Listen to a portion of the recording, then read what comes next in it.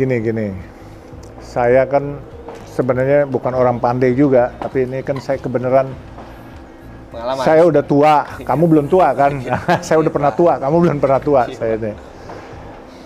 Nah, kalau pesan-pesan pada saya itu masih pepatah kuno. Berakit-rakit ke hulu, berenang-renang ke tepian. Iya. Bersakit-sakit dahulu, bersenang-senang kemudian. Iya.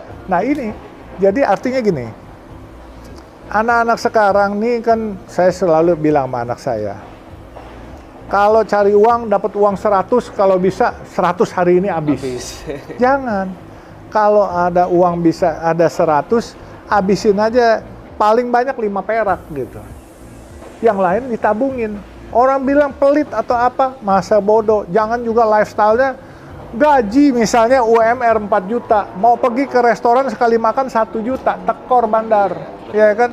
Jadi kalau udah gaji 4 juta UMR, udah makan di rumah aja dulu deh, simpen nih duit, tabungin. Pertama, yang kita penting, bukan gaya hidup, kita harus beli rumah.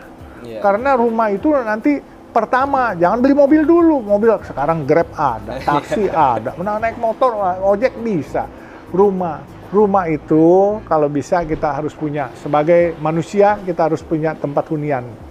Kalau rumahnya layak, rumahnya enak, pikiran juga enak, tenang, baru kita bisa berkarya lebih banyak.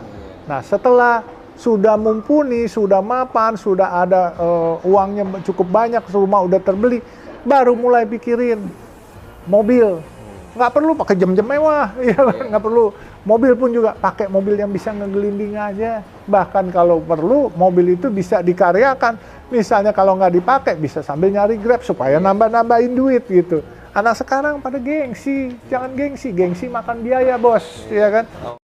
Pertanyaan dari Instagram buat Pak Yusuf Hamka. Oke, pertanyaan pertama. Apa tuh? Dari @fajih. Kenapa udah nggak aktif di Instagram, Pak? Bukan nggak aktif, itu kan yang operate, itu kan putra saya.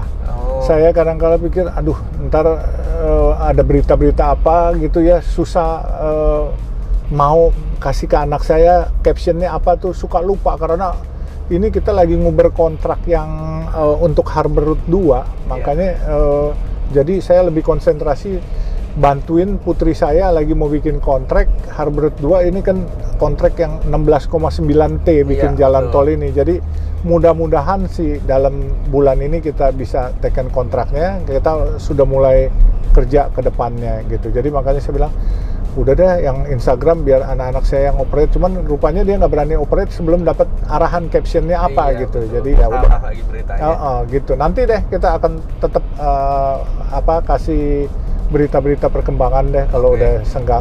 Kalau proyek seperti itu harus pembebasan lahan dulu atau itu tanahnya udah matang semua? Kebenaran saat ini tanahnya sudah ada di samping tol kita dan di atas sungai Kali Ancol. Gitu. Kalau biasanya kita harus pembebasan lahan dulu gitu. Tapi kita teken kontrak dulu sama pemerintah, pembebasan lahan itu dibantu oleh pemerintah, dan pembebasan lahan itu di zamannya Pak Jokowi dan Pak Basuki itu bukan ganti rugi tapi ganti untung. Mereka pakai appraisal KJPP. KJPP diuntungin dong. Diuntungin. Jadi harga market berapa di situ. Jadi bukan harga NJOP. Makanya Pak Jokowi sama Pak Basuki sih, I think the president is the best president that we ever have lah. Luar biasa. Oke, berikutnya dari @yuda29. Nah, dia tanya, bosen nggak jadi orang kaya, Pak? Nah, untungnya gini, saya nggak pernah berasa jadi orang kaya, jadi saya nggak bosen-bosen. Kalau saya berasa jadi orang kaya ya. Jadi karena sampai saat ini, Rudy lihat, mana sih gaya saya kayak gaya orang kaya, celana aja jeans, belinya di Bandung, di Ciamplas, baju juga biasa aja, ya kan, pakai jam tangan juga Seiko, nggak berasa kaya, cuman ya cukup-cukup aja lah, maksudnya mau makan bisa lah, kita mau apa, ya, cuman kalau beli bosen, tanah 1000 hektar bisa, mau beli pesawat bisa, mau beli supercar bisa. Tapi gini loh, setiap kita mau beli barang, kita lihat azas manfaat. Ya, kalau azas keinginan, mau beli tanah ribuan hektar, mau beli supercar, pesawat, itu azas keinginan. Cuman azas manfaatnya ada nggak? Kalau azas manfaatnya nggak ada, saya pikir sudahlah, keinginan aja. Kayak tadi saya bilang baru di Ruth, kalau ada Bugatti, saya numpang nyobain deh. Itu kan keinginan doang, keinginan nyobain. Nanti begitu kita merawatin juga, aduh kita males juga. Saya bahkan sekarang, kemarin 3 bulan lalu mobil Phantom Drophead saya ada yang mau beli, jual. Ya kan. Sekarang ada yang nawar lagi Bentley saya, ada yang Mulsanne, ada yang Flying Spur, mau jual. Terus ada yang Rolls Royce Dawn, jual, nggak ada masalah. Saya bahkan ya pakai Alphard aja cukup deh, atau Range Rover begini aja cukup kok, udah nggak perlu yang mewah-mewah gitu. Keren. Oke, berikutnya dari @abukabib007. Caranya biar jadi manusia bermanfaat. Seperti Pak Yusuf nih. Bagaimana caranya, Pak? Gini, cari duit dulu banyak-banyak. Kalau bermanfaat, kalau nggak punya duit, bagaimana manfaat? Iya kan? Jadi cari duit dulu banyak-banyak. Oleh sebab itu kerja keras, kerja amanah, ya buat jaringan. Jaringan itu pertemanan. Jangan culas sama teman. Dan satu, ingat kata-kata saya yang paling penting. Berteman itu ada kata-kata yang paling penting adalah loyalty. Loyalty is the best commodity for the friendship. Kalau kamu hianatin teman kamu, itu akan nyebar kemana-mana. Tapi kalau kamu setia kawan, kamu akan disayang sama teman-teman kamu. Dan bahkan kalau ada apa-apa, proyek-proyek apa, kita pasti dibantu. Kita ada kesulitan, dibantu. Ada orang bilang, Kang tahu, langsung kasih aja nih, gitu. Nah, saya alhamdulillah, teman-teman saya, dari orang kaya sampai orang susah, semua saya berteman. Karena apa? Justru karena orang susah, doanya orang-orang susah itu dijabah malaikat. Makanya saya disayangi sama orang-orang kaya. Nah, orang-orang kaya tinggal bagaimana kita memanage bertemanan dengan orang kaya supaya kita bisa ikut kaya. Dulu saya belum kaya, saya cuma mimpinya gini. Kita nggak perlu jadi orang kaya, tetapi kita perlu berteman dengan orang kaya dan memanfaatkan kekayaan para orang kaya demi kejayaan kita juga gitu. Tapi ternyata Allah kasih, lu nggak perlu memanfaatkan orang kaya, jadi orang kaya aja udah sekalian gitu. Nah ini Allah yang kasih. Konglomerat malahan. Kalau orang kaya tuh hartanya masih bisa dihitung, Pak. Gitu ya? Iya, kalau Pak Yusuf nih nggak kehitung, itu udah konglomerat. Cara ngitung valuasi nilainya aja udah bingung saking banyaknya. Bukan, gini, konglomerat juga tidak bermanfaat buat apa? Ya kan, buat saya ginilah. Kita boleh kaya, maksudnya di atas rata-rata orang, ya. Tapi kita bisa memberi lapangan pekerjaan kepada orang banyak. Terus kita bisa berbakti kepada negeri, bermanfaat di kala negeri memanggil kita, di kala negeri membutuhkan kita, dan kita harus cinta tanah air kita. Itu yang paling penting. Karena kita kaya, konglomerat, kita berkhianat, kita melakukan hal-hal yang tidak terpuji. Nah, itu buat diri sendiri dan tidak bermanfaat buat orang lain. Buat apa?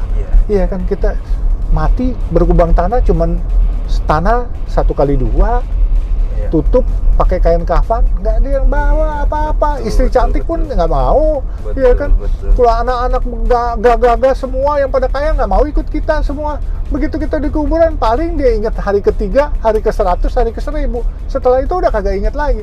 Oleh sebab itu kita harus banyak manfaatnya supaya hidup abadi nanti di surga situ, katanya supaya kita lebih sejahtera daripada di dunia. Itu kan yang paling penting. Kalau sekarang kita udah tahu, yang namanya kaya apa? Punya mobil, punya rumah, iya kan? Punya duit gitu kan. Bahkan kalau syukur-syukur bisa banyak mobil kayak Pak Rudi. Wah, bisa naik ini, bisa punya pesawat pribadi gitu kan. Nah, saya sama anak-anak saya bilang, saya kerja aja deh. Nah, ada duit-duit. Bahkan saya bilang, barang-barang saya yang mewah-mewah, kalau bisa, kalau ada yang mau beli tahun ini, tahun depan, semua saya jual-jualin. Saya nggak kepengen pakai barang mewah. Lebih baik uangnya saya manfaatkan buka lapangan pekerjaan buat orang banyak. Gitu. Jadi itu, jadi ya yang namanya kaya itu bukan hartanya loh. Kalau menurut saya, kaya itu hatinya. Kalau hatinya kaya, kita timbul empati, timbul simpati lihat orang susah. Terus kita mau berbagi. Terus kalau kita kaya, duit banyak dikumpulin terus sampai dimakanin kutu, nggak mau berbagi. Iya itu. Jadi terus buat apa kaya, nggak bisa nikmatin. Terus banyak orang kaya karena dia ketakutan ngumpetin duitnya, akhirnya dia was-was. was-was, dia kagak berani keluar. Terus dia was-was jaga Dirampok, kesehatannya, dia kagak iya. berani makan. Iya. Iya kan? Akhirnya nikmatnya Nggak di bisa mana? nikmatin, betul. Nggak bisa nikmatin. Kita biasa-biasa aja. Saya jalan nggak ada pengawal. Iya. Saya supir Sabtu Minggu nggak ada, saya Soalnya bawa banyak sendiri. yang sayang sama Pak Yusuf nih, orang baik soalnya jadi nggak perlu pengawal. Yang penting banyak temen. Iya. Dan jangan berasa lebih hebat dari orang. Kalau ketemu kerumunan orang banyak, saya selalu Assalamualaikum, permisi, numpang tanya gitu. Dan kalau perlu kita nundukkan badan kita, jangan merasa tegap gitu. Orang ngelihatnya juga sebel orang kampung. Tapi kalau orang kampung, kita makin nunduk, dia makin nunduk kepada kita. Iya. Tapi kalau kita makin tegap, dia bilang kalau bahasa Sundanya, masa bodoh teing katanya, urusan Iya. apa melu gitu. Betul, Nah betul. itu, jadi Wah. filosofi saya selalu ketemu orang kecil kita harus lebih makin nunduk daripada itu orang kecil, dan insya Allah dia akan lebih hormat kepada Wah, kita. gila, keren banget, keren banget, keren banget. Pertanyaan terakhir, Pak, Iya. dari @Andi Hilsyah. Ikhlas versi Yusuf Hamka. Wah, gimana versi Pak Yusuf Iya. Hamka ikhlas? Ini terakhir, ntar ada lagi juga nggak apa-apa. Oh. Jadi kan muter bentar ya. Ikhlas itu nggak mudah. Iya. Ikhlas itu selain harus belajar, kedua memang udah apa sih passionnya gitu. Iya. Ya kadang kan ngasih duit, aduh beban hati. Bantuin orang aja kadang juga, aduh males kayak gitu kan. Nah Iya. ini Pak Yusuf kan punya pola pandang beda. Pokoknya ya sama temen loyal, saling bantu sesama. Itu kan perlu keikhlasan tingkat tinggi begitu loh. Jadi nggak self-center, terlihat dari cara berbusana, pakaian, apa itu kan artinya orangnya ya ikhlas aja apa adanya kan seperti itu. Nah apa sih bisa seperti itu, bagaimana tuh Pak? Gini, saya memang dari kecil gitu ya, kadangkala waktu dagang es mambo di Istiqlal sama teman-teman, saya kan misalnya dagang omset 100 nih masing-masing, Iya. habis nih, Iya. saya bisa bawa pulang 125 karena saya dapat tip. Oh dapet. Saya dapat tip. Nah, dapat tip sebenarnya saya kan bisa simpan aja, Iya. tapi saya traktir teman-teman saya makan. Ayo makan nih, gue dapat lebih duit nih Iya. gitu. Ini memang udah passion juga. Satu, kedua, karena saya dapat banyak. Saya ya orang bilang kalau orang nggak ikhlas biasanya dia kekepin duitnya aja, pelit gitu. Iya. Nah, ikhlas ini mungkin kalau saya menganggapnya 25 perak itu sangat banyak gitu. Iya. Orang mungkin sangat sedikit. Jadi saya pikir, berbagi aja. Saya bagi kadang-kala 10-15 peraknya saya buat makan. Sisanya 10 perak buat nabung gitu. Saya nggak apa-apa. Nah, ternyata dengan begitu, rupanya teman-teman yang kebagian, dia pada doain saya. Dia pada doain saya, bahkan setelah mereka besar, dewasa, mereka jadi pejabat, jadi orang, oh iya, bagi tuh si Yusuf gitu. Jadi dari kecil kita sudah tanamkan, kita berbagi. Nah, ternyata orang-orang yang kita anggap remeh gitu, orang kampung atau apa, satu saat mereka jadi orang. Jadi orang besar. Nah, jadi orang Iya. besar, dan mereka ingat kita. Makanya ikhlas itu harus dari kecil, dari muda. Ikhlas itu bukan hanya memberikan uang. Ikhlas itu memberikan nasihat, memberikan tenaga. Kami dulu waktu di kampung di Samarinda itu daerah Muslim. Iya. Waktu itu saya belum Muslim. Terus kalau kami merayakan hari Natal atau Imlek, itu orang-orang Muslim yang bantu. Terus kemudian pas mereka lagi Lebaran, kami juga datang ke rumahnya, bantu. Di sana mereka bilang nggak usah bantu, malah kami disuruh makan ketupat, sayur, opor, ayam. Wah, pokoknya enak dari sana.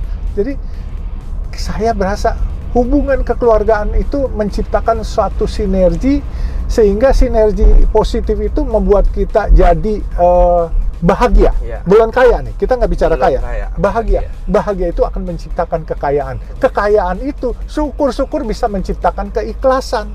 Kadangkala orang kaya belum tentu Belum ikhlas. tentu ikhlas. Iya. Bisa makin pelit. Nah, itu Iya. karena dia berpikir akan hidup 1000 tahun lagi. Dia Iya. lupa bahwa besok lagi mungkin dia harus mati. Betul, betul. Iya kan?